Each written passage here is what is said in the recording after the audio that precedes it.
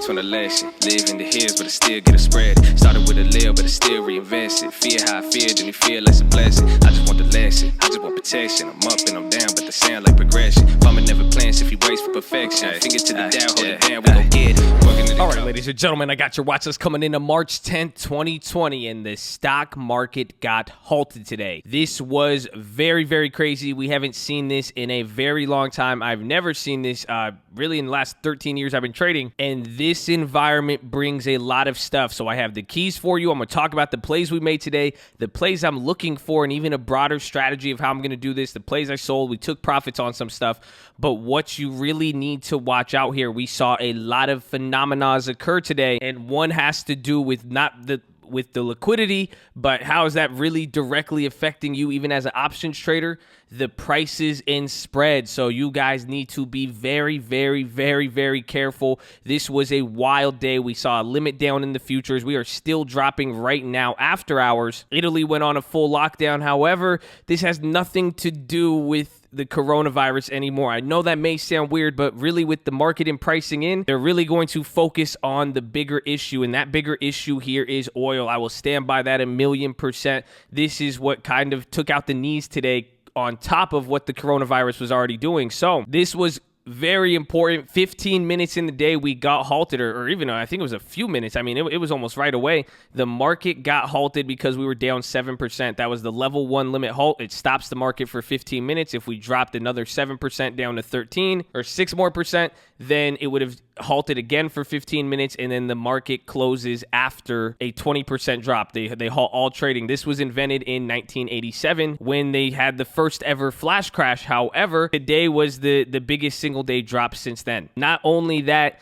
this is the first time ever in history where the market is gapped down more than 5% and not closed above the opening price that it gapped down at. So this is truly unique. There's a lot of stuff going on. We need to know our strategies and how we're going to play this. So let's get right into it. You guys know what you need to do. Drop your thumbs up on the video. Make sure you're subscribed. And if you don't know, we are live Monday through Friday, 30 minutes before open. It's the first link in the description, and it is pinned in the comments. We better see you there in the morning. It's free 99. It costs you nothing to join. All we ask is that you're positive and respectful. You need the news, we got it. You have a play idea you want to share, you got a chat room. If you just need some hope and positivity, we got you, baby. But I love all you guys. Thank you so much for being there and being a part of it, keeping the chat room there. So let's keep it rolling. You guys know the most important thing you need to do. Post your watch list below. Let us know what you're looking at. You got any plays, comments, remixes? What are you looking at? Let's source that information here and on the chat. Shout out to chat, baby. But let's talk about this now. So the keys are, this is now about oil. Watch the reactions of both policy. They're saying they're going to meet with economic stimulus of what they're going to do with the virus. They're saying the virus. They're really downplaying this oil situation, and I firmly disagree with that. But watch the policy that comes out and how the market reacts to any more stimulus. Remember, China, everybody's been throwing the kitchen sink.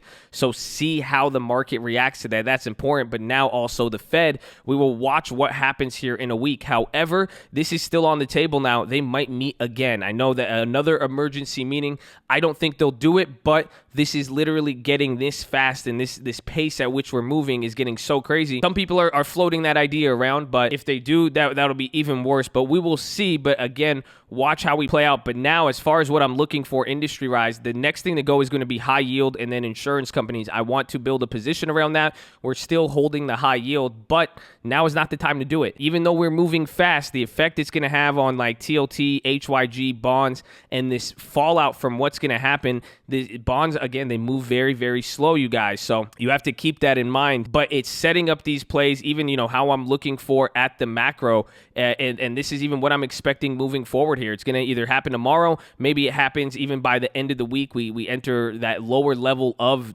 December or October. And that's the scary part, because even today's one-day move, it was pretty much, we haven't seen anything like this since October, November 2018. There was that big move. If you guys remember that volatility, this is actually when we even started streaming. So it looks a lot bigger. It's a lot more drastic. Again, it looks like February 2018. You guys remember we talked about that. If you've been watching along with the channel, shout out to Cole, baby. But now we're in this zone. Pretty much the low end of this zone from there is about like 260, 262, but even equilibrium, 270. We talked about that level here, but 260 would be the low. If it goes anything below that, that would be absolutely insane. However, nobody knows anything at this point, not even myself, so keep in mind what I'm doing here. And what I'm looking for is I'm keeping it broad. I'm waiting for it to bottom out. I'm going to let it sell off. We still have positions. We want to make a move on there, but it's going to bottom out, and then it's going to level out. You're going to see some level of bounce pretty much to visualize it. I don't know where the bottom is going to be, but it's going to bounce, and then it's going to kind of stay a little bit. Imagine a week. This is the best way to put it,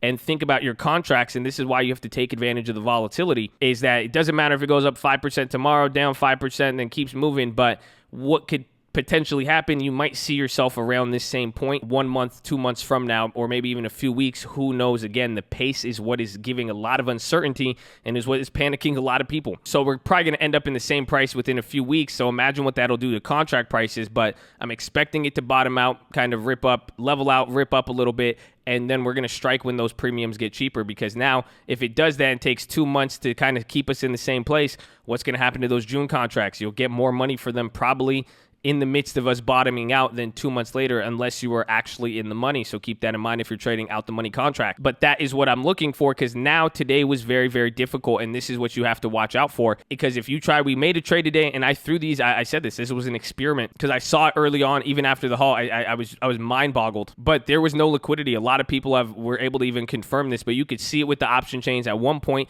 the option chain started showing $10 a contract. I've never seen that in my life, but you'll see the spreads were very, very wide. So watch out with what you're trading. The best thing right now is kind of riding out contracts and being patient and waiting to strike. I will show you the plays I made and why I was able to justify them. If you really, really hunt, you could probably find some decent moves. However, every single trade, it does not matter what you're doing. Please take this serious and understand too. Option traders similar. You can lose almost every lose all advantage. Only think you're wonderful. And do not trade anything you see on here. I'm showing you what I'm doing. This is my journal. So please, please, please be smart and be wise. But at the same time, if you are looking and trading right now, be very, very wise of what you're watching with the spreads. These prices are so wide. This is how it could deter speculation, and it could deter further bigger price swings, because they're widening the spreads, but that's the market maker. Typically, with a wide spread, you would be paying 30% more to buy, 30% less you'd receive if you sold. They're widening these spreads by a couple 100%. This is how they protect themselves when there's uncertainty, but you have to think about it. It's one, a lot of people just change their minds. They don't want to sell this premium, one, on an individual retail or even some bigger traders, not necessarily institutional level. But after this bond and oil move, you just saw bonds make the biggest blowout in history off the top. The bonds got even halted limit up on the futures last night, and then you see this 30% move in oil. Those people now, even think about the institutions, those guys selling premium automatically just to collect it. Again, the low probability, they just got blown away. So now, one, some people don't want to even take the risk and provide that liquidity right here, right now. You're seeing people back up from the market. You guys thought they were going to be here forever, all the time. The risk gets heightened. Some places of the market, they're going to shy away and back away. But now, at the same time, those who are willing to take the risk, they're going to charge a lot bigger spreads and a lot higher prices, because typically they would account for a 30% move by pricing. Getting a 30% on the spread, they got wiggle room. So even if they're wrong, they get a 30% buffer. However, now, given the big size of all these moves, 30% is enough when contracts like TLT are going up 40,000%. So watch out for that and be smart with that. Next is this is what I'm going to show you with the AMD play that we got, but the premiums are still high, but not up on the day. So you have to watch out for that, because some may not look like they're up. They're only up 10%, 20%, but that's just on the day. But the premium is still high. There's still contracts that are up 1,000%. And so that's why it's harder for them to move, depending until it gets in the money or the circumstances. But you got to be very, very, very cautious on what type of premium you're buying. Because again, unless it does make that big blowout, you can make some money. But as you've seen with any of the contracts we got later, it's been a lot harder to profit on them, considering the prices we bought them at. You're not going to get the same crazy gains like we saw with TLT and some of those IWMs. And then finally, balances versus cash. This is a big thing we've been highlighting on. Even this account, we revived this thing from 10 grand. It's just back up here, but all that matters is how much cash I have. That is the key that you need to keep in mind at all times, because a lot of you guys, if you're holding plays that are up and the balance, you're going to have a balance. So even then, in this case, my net liquidating value, my balance would be 54,000, but I have cash. So what does that mean? Assume you're going to lose all of these with extreme volatility in prices and how much you paid. and get the cash and get the money. That is what you're going to walk with at the end of the day. That's how you pretty much see how much you're securing and coming away with. And even coming back to that, another thing I want you guys to notice, this is through the Tastyworks. You could do this on Robinhood. The ghetto spread is very, very advantageous here. I have all of these positions selected. Look at the probability of profit on this portfolio. It's saying I have a 99% chance of making a profit here. You could see this TLT, 99% profit, IWM, 99 profit. This is the probability potential. This is through utilizing the ghetto spread and making sure you're not losing money, or that you're able to secure profits and walk away with a win-win position. So we'll talk a little bit about that, but let us get into the plays. So I made 3 different plays today. These are ones I'm looking at. Depending on how the premiums move, they could work. We did make an Ocean's 11 play at close, which was wild. So we'll even talk about the Ocean's 11 here, but I want to go over the AMD, show you that BABA was a little bit more expensive. However, these ones I like. I liked AMD specifically, even with what we saw last time. But overall, there's difficulty finding good plays right now. That's why I'm saying it's kind of riding what you got now until we kind of see liquidity come back to the market, or we see these prices really come down. So you got to be careful with that. However, now the AMD play, this was the first one I made this morning. So you guys can see here, I spent a lot of money, and I did both the AMD and the BABA. These were both a test. I wanted to see. I was willing to throw big amounts because my theory was that the volatility was going to be so high that even if we bought either puts or calls, I was assuming all of the contracts would go up. That didn't happen. So I lost 24% on the BABA, but we got the May 15th AMD 21 puts. So I'm still holding those other AMDs we got over the week. But now these 21 puts, let me show you here. So we spent what? Yeah, I got partial fill. I got between like 52 and 54. So we spent 54 cents, pretty much the same price. So it's up 100% on the day, but let's come back, overall, I mean, we ended up, we spent 500% from the bottom, about 100% from the median, and then from the last Friday high, just over 50%. So you could see why this contract had a lot of time. The contract didn't hesitate to lose value, and that's the risk. So this one was still risky, but my idea was it didn't have too much premium, and I said I was going to put 2,500 in. I said I was going to do a quick flip, and I ended up just still holding it because I did use this as a place marker. I wanted to see what was going to happen. It did shoot up. I could have flipped it real quick, but that wasn't the effect I was looking for. The effect I was looking for was that the market was going to go up and down, but regardless, pretty much, since it was a put, I was expecting it to widen the spread and stay the same price as the market went up. And then I was looking for it to gain a lot more value, 30-40% as it came down. And then even when it bounced back up, it would still hold that gain, widen the spread, and then come down even more. That didn't happen. It just stayed the same price. So that's what I was looking for. I even tried the same thing with BABA.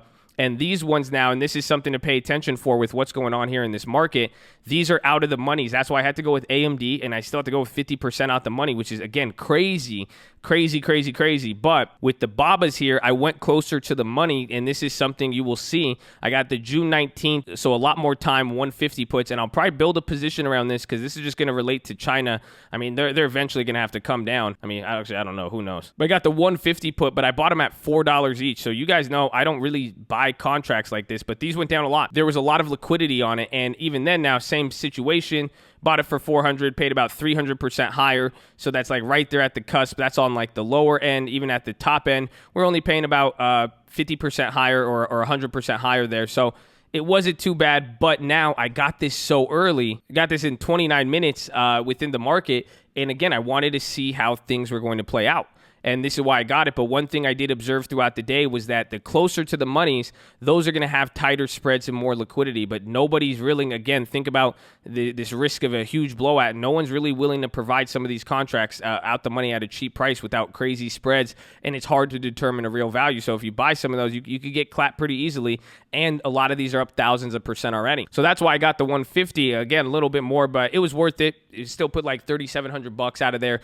But now we also got to realize a lot of profit. But then the last play, and I'll talk about kind of taking the profits, but here we had UNH June 19th, 130 puts. I grabbed 5 of those, and I spent $1.20 each, and somebody even called them out, even as this price, some people say, when we get it, the volume and everything goes crazy, or usually, I am buying as we start getting a downtrend. But what started happening was these Julys pretty much, after the Junes kind of got premium, these Julys became the same price. So this was a great call out there too for the July. But again, they're higher now. That's at 219. Again, I got these at 125. But now, why did I get it at 125? You could even see here from the low at 60 cents through last Wednesday, that was the low end. If I spent $1.20, I paid 100% premium in the midst of all of this stuff that's going on. And UNH is the biggest healthcare insurer in the country. I think they're not biggest market cap, at least. So this had to go with one of my theories, but I like it. I want to build a position around it. That's why I got June. The Julys are even better, but I'm going to build all around these except for the AMD, but I like the BABA position, but around UNH I am, and then again, I'm waiting on HYG. And then besides that now, I ghetto spreaded the TLT. So you guys can see here, I sold these at $17.60. That was equal what? So it was about $14,200. That's how much that would have costed there. So this is what we did. You guys remember, we bought this play May 3rd. We bought this one before the emergency cut on the same day, and then after we got the Junes, and I'll talk about those. But so you guys can follow along with how I'm playing this TLT now. We bought this for $460. This thing is worth now, I don't know. The spreads are crazy, but I believe I was up at like $18,000 profit. That's why it's still saying like $16,000, and you can see how it balanced out. But I was up $18,000 on it, $460 into 18,000, but then to secure the profits, this is the ghetto spread. You short the contract. So we own the right at 185. I had 20 of these. We bought them for dirt cheap. So now that it shot up, I shorted these 190s now, 20 contracts, but I was able to collect back $15,200. You see, after spending $460, my net profit is $14,740, and now it says negative. That means I got paid to make this trade. That's why it's a 99% probability. You can't lose with the ghetto spread, and since we bought it so cheap, we were able to sell it for drastically more, so I can't lose. I'm not going to walk away with less than $14,750 off this trade, off of the $460 trade investment. But now here's the best part. We have 20 contracts at a $500 difference. So we bought the 185, sold the 190. We profit everything in between there. We would just be giving up by taking this guaranteed profits and making sure we don't walk away with less than that amount of money. We miss out on anything above 190. So by selling this now, we have a $5 difference. That would be $500 per contract. Times that by 20 contracts, we could still make an additional $10,000. So if TLT shoots up, we will make another $10,000.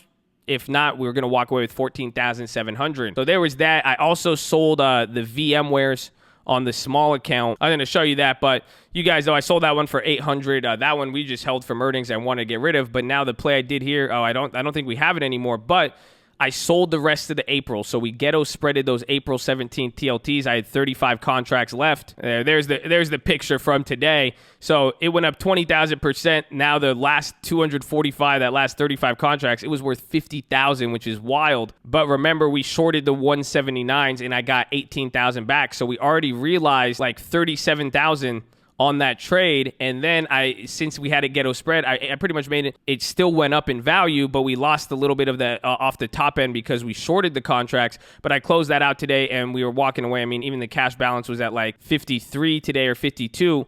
We walked away with about $13,000, I believe, on that trade extra. So instead, I would have made an additional $20,000, but we ghetto spreaded it. I still made an additional $13,000. But that play, I couldn't have lost any money. I would have walked away with $37,000 to begin with. So got rid of that. And now finally, so as you see, we got rid of the Aprils. We secured the bag on that. Even though I wanted to hold them to the Fed meeting, this is, imagine what I just told you guys with the market and where things will end up in a few months.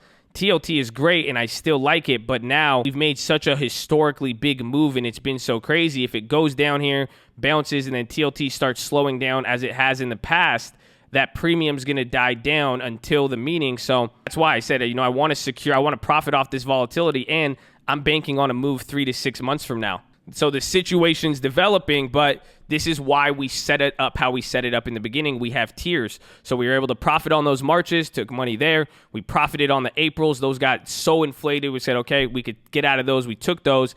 The Mays went up so much. We got those. So I ghetto spreaded that. But now the ones with more time, we're still in those. But now don't forget about the June bad boys. These guys were the crazy contracts, but we bought this on March 3rd. So right days before. So if you've been watching the Watchlist on stream, you saw this. But we bought this for $1,300. It's worth $30,000 there, just under. So that gives me now an uncovered play that isn't ghetto spreaded, still on TLT. But now I've secured most of the bag, and now I could pretty much play with this one, if anything. But I like that, and that's why I'm even seeing tomorrow, depending on where prices are, I want to take some profits, maybe even a lot, and start kind of consolidating and see. But I do need to see what the prices are throwing at me tomorrow. But that's pretty much it. As far as everything else, I mean, watch all these plays. Watch Walmart. I'm still holding those old plays. They're not up a lot, and we got the ones from yesterday. They're still up 60%. The old March ones from earnings are up 100%, but they held up really good. It kind of makes sense. I mean, they could benefit a lot, and it looks like they got something going on there. But if anything does start to give up, they will die. So we even have those puts on there. Uber was also one that didn't have too much premium, but some of the contracts are still holding up 700%. So it looked decent with time, but there was still a decent amount. But I'll watch them then. Apple and Microsoft, if we do want to make a quick play, that could be one to look at. Oh, I forgot. The Ocean's 11. Oh, you guys are lucky it's Friday, so you can still see it. It was beautiful.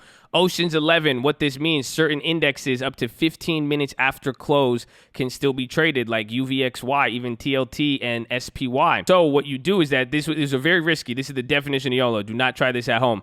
But what I was doing is waiting. It only works in extreme times of volatility when you could get big moves. Again, these moves may not look big in the grand scope of things, but these are relatively huge. And what just happened on this play is summarizing exactly how I plan to play the rest of this over this next few months. You want to find the stuff that was quality or that is pretty close to the money, but you want to let the contract decay. So pretty much 3 minutes before close, this contract was going to expire, but since they trade 15 minutes after close, you get an extra 15 minutes. So this contract was going to expire in 15 minutes. So I bought one of them at 28 cents, and then it shot up to $2. I was able to get out at 150, but it was like within 5 or 8 minutes, we made 1,000%.